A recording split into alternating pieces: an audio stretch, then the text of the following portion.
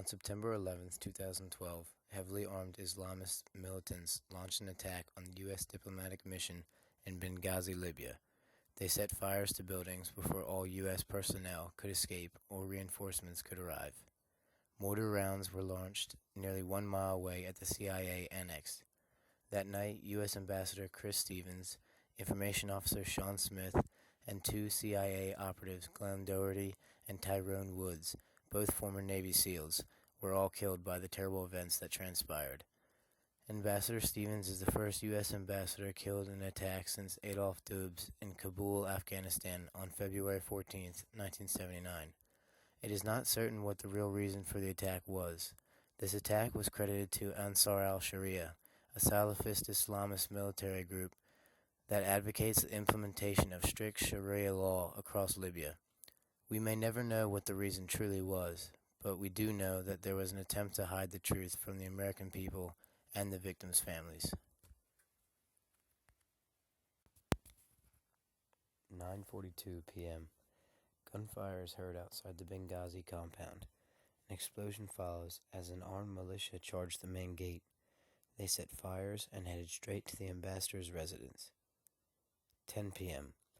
Ambassador Stevens, Information Officer Sean Smith, and a security agent run to a safe room, hoping the metal bars would keep them safe from the rapidly approaching militants.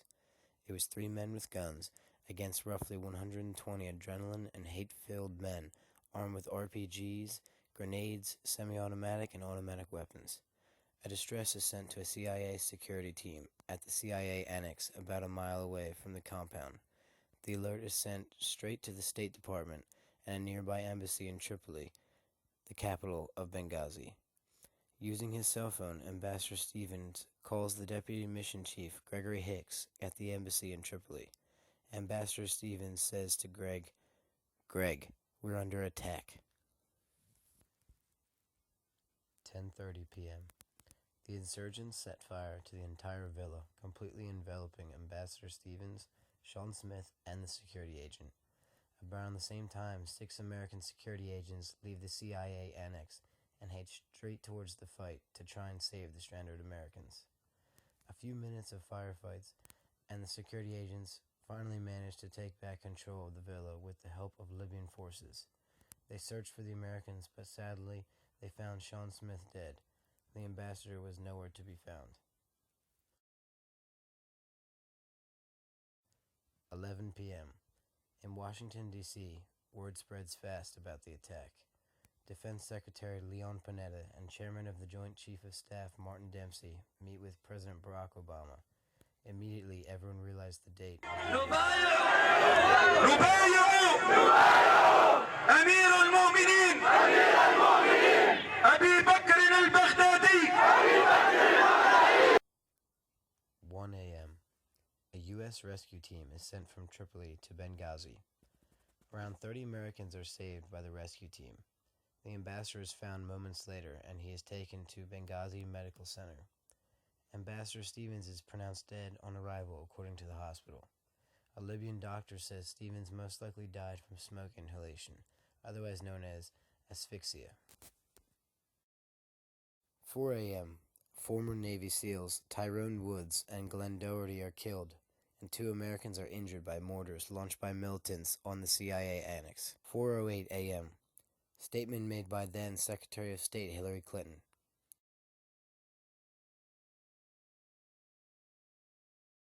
September 12, 2012. President Barack Obama announces that Ambassador Stevens was among those killed in Benghazi.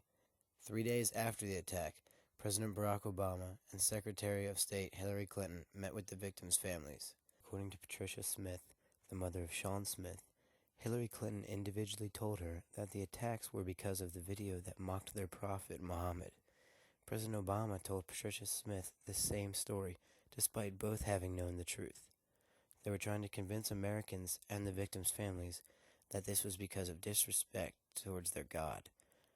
In an interview with Megyn Kelly, Patricia Smith tells the same story throughout many interviews that Hillary Clinton is a liar.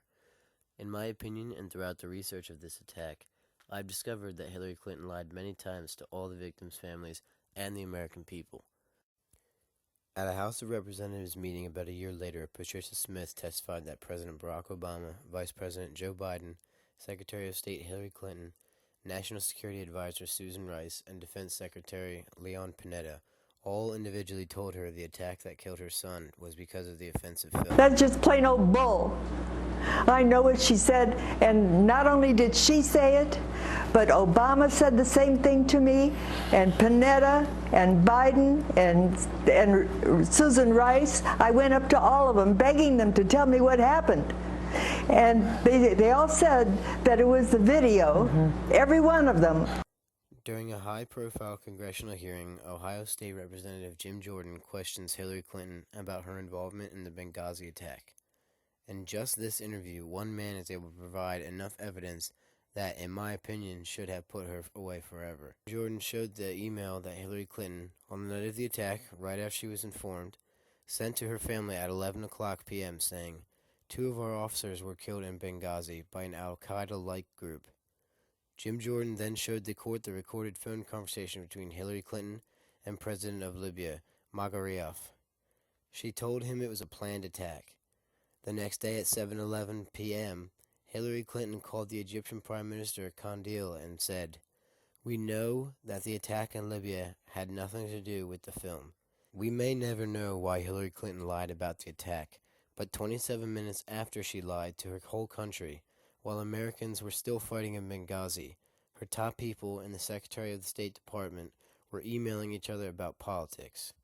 There is a belief that the attacks were a cover-up story for a U.S. arms deal with Syria. It is also believed that the reason they lied about what caused the attack is because it could possibly damage the Obama-Clinton legacy. Based on the facts I have provided, I still don't understand how Hillary Clinton and all those involved are not in prison, or at least removed from office.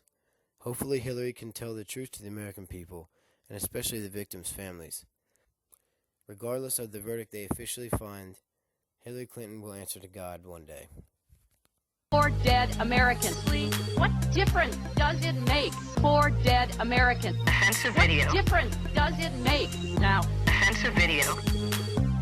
It is our job to figure out what happened and do everything we can to prevent it from ever happening again, Senator. Offensive video. I will do my best to answer your questions about this, but the fact is, what difference does it make?